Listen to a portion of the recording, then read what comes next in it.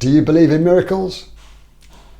That was a line from a US commentator at the end of an ice hockey match in the Olympic Games, Lake Placid in 1980. The US ice hockey team had won that game 4-3 against the Soviet Union. And it was such an unlikely outcome that it was the subject of a film starring Kurt Russell as the US head coach Herb Brooks, and also a Netflix documentary featuring the real players, or many of the real players and staff from that era back in 1980. But it carries a very valuable lesson for us in business and in life. And to go back to what that lesson is, we have to set up the scene back in 1980. So stay tuned.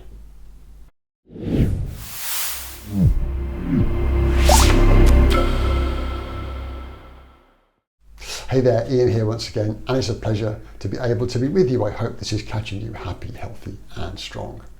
So in the build up to the 1980 games in Lake Placid, the US hockey team wasn't given much of a chance of anything at all, really, let alone the success that they enjoyed.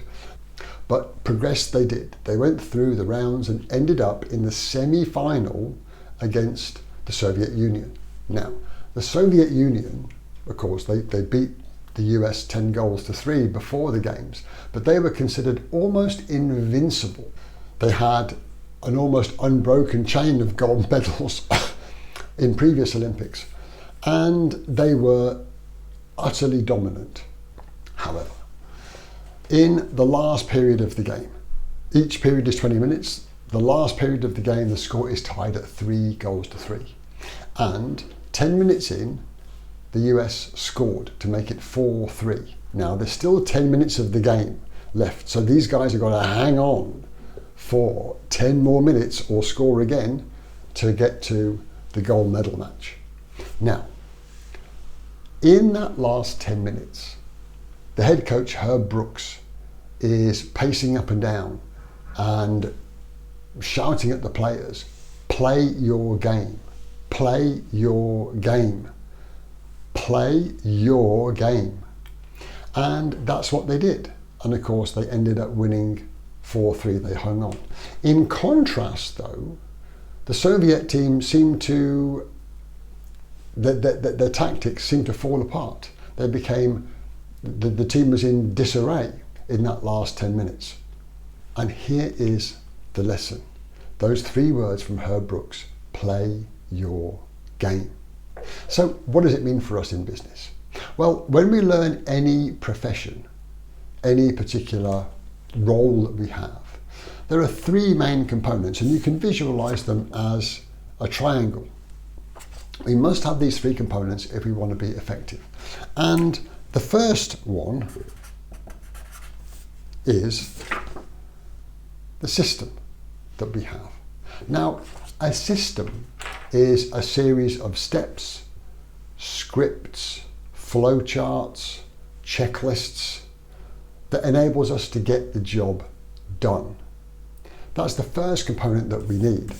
The second component is, or are, the skills we need to run the system.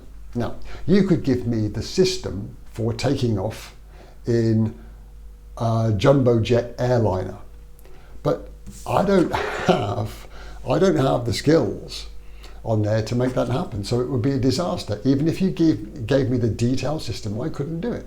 I don't have the skill. And lastly, system, skills. The last bit, of course, at the bottom is execution. We need to get the job done in accordance with the system.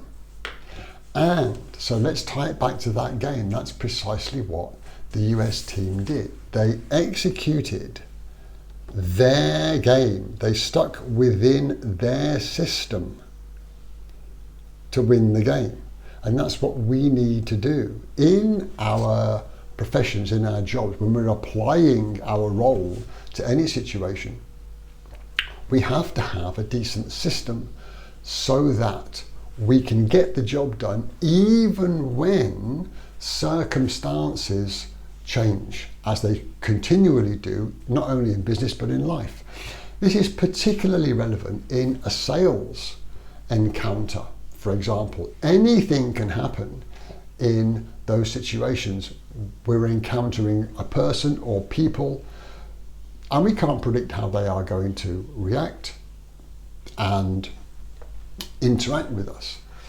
But we need to have a system that we can follow and stay within the confines of that system when we execute. And that is the key. Now, another thing to bear in mind is any system perfect? Will it apply to any situation? Well, the answer is no. Obviously, we can't design a system that is totally foolproof. It would be volumes long. But think about this. In the cockpit of a commercial airliner, it's very, very system driven, and it's one of the safest places to be. In an airliner, 30,000 feet in the air, it's one of the safest places to be because of the systems that they run. Now, their systems handle multiple eventualities, multiple circumstances, but the pilots are trained with the skills to go to the system that can apply to changing weather, changing flight paths or flight traffic. Their system can handle multiple different scenarios. But is it perfect? No. Each time a difficulty happens, they go back to the system, refine it, and make it better. So, if we want to get better and better and better at applying our role, doing our job, we have to have these three skills. And probably the most important one is there at the bottom. We have to execute our role in accordance with the system, just like the US team did back in 1980. And to run the clock forward, they won the gold medal in the last game against Finland, pulling off one of the most incredible and unlikely sports stories and prompting the documentary and the film. So